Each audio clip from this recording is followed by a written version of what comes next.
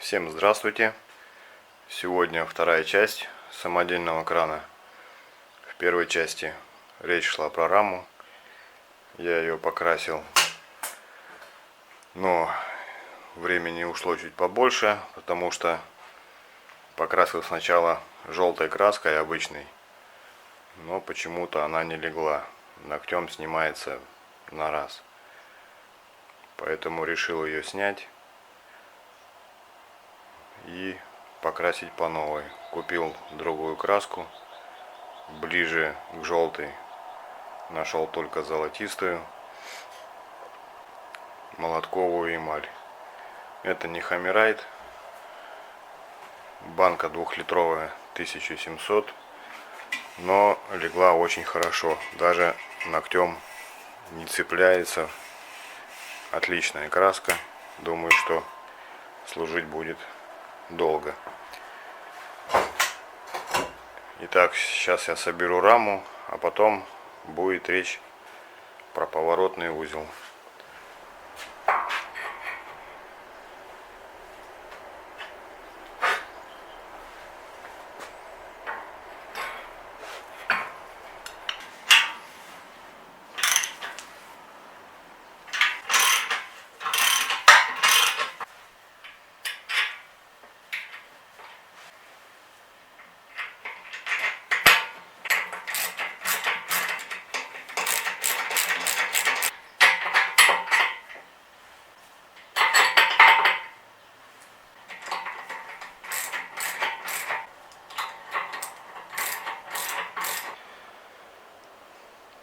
Так, приводные колеса усилил вот такими двумя блинами с двух сторон. Металл пятерка. Стянул их болтами, теперь резина сидит твердо. Думаю, никуда не денется, не подведет. Если будете ставить колеса, то сразу подбирайте что-нибудь посерьезнее. Например, полиуретановые литые. Я думаю, они будут лучше ходить.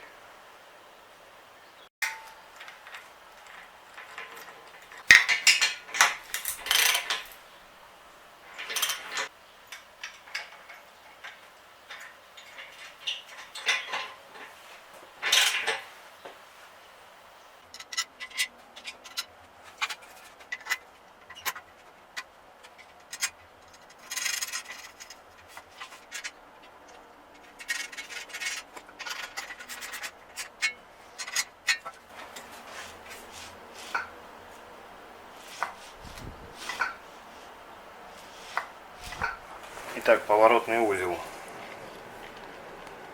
Поворотный узел является самым ответственным и самым сложным устройством в кране. Ну, ответственны они все, что стрела, что рама, а вот поворотный узел по трудоемкости является как бы самый сложный. Но это на первый взгляд, а так здесь ничего сложного нет. Поворотный узел сделал я разборный, ну, чтобы можно было его разобрать, помазать или что-то заменить, подварить. В общем, чтобы был доступ ко всему. Состоит он из двух частей. Неподвижная, которая крепится к раме к самой, и подвижная, к которой уже крепится платформа. Ну, давайте по порядку. Я сначала расскажу все размеры, а потом уже технологию изготовления. Здесь ничего сложного нет. Значит, неподвижная часть выполнена. Труба 110, длина 21 сантиметр, диаметр, да, 110. Приварена к основанию 10 миллиметров. 160 на 200. В середину вварил трубу для того, чтобы здесь уже проходили кабели при повороте, чтобы они были неподвижные, не терлись внутри самой трубы большой, ну и чтобы их там не передавило, не перегрызло. Так, труба 48 по наружке, длина 300 миллиметров.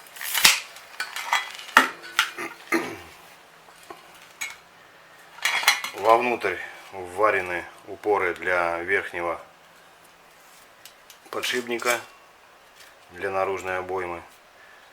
А для нижнего подшипника, если видно, обойма сидит внутри. Вот. Дальше поворотная часть. Поворотная часть выполнена. Труба диаметр 65, толстостенная, 6 миллиметров толщина стенки. Длина трубы 260. На трубу насажены два подшипника. Подшипники здесь конические упорные, 75-12. Ну, точное название 6-75-12А. По-моему, от какой-то тракторной техники используется. Приварено к маховику классика, по-моему, 9. Вот и все составные части. Теперь расскажу, как все это дело собрать. Последовательность, чтобы не ошибиться в размерах и все было нормально.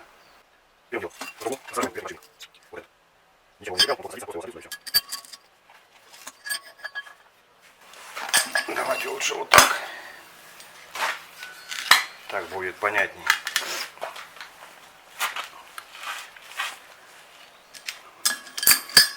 Установил подшипник на трубу верхний. В верхней часть, трубу пришлось распилить 110-ю, потому что диаметр подшипника больше. И вварить такую вставочку небольшую. Кольцо садится вот сюда. То есть последовательность какая?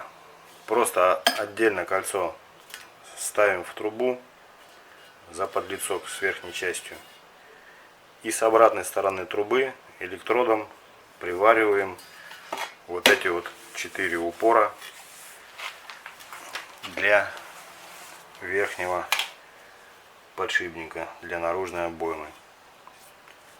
Так, чтобы обойма не села дальше вниз. Все приварил. Кольцо ставим в трубу на свое место. Опускаем подшипник на место вместе с трубой. Предварительно на трубу сажаем уже второй подшипник. Когда вы посадили сюда вместе два подшипника, этой станины еще нету, она не приварена. Одеваем наружное кольцо сюда же на трубу и отпиливаем трубу по размеру подшипника, чтобы подшипник был тоже вровень с краем трубы. После этого уже ставим основание и привариваем.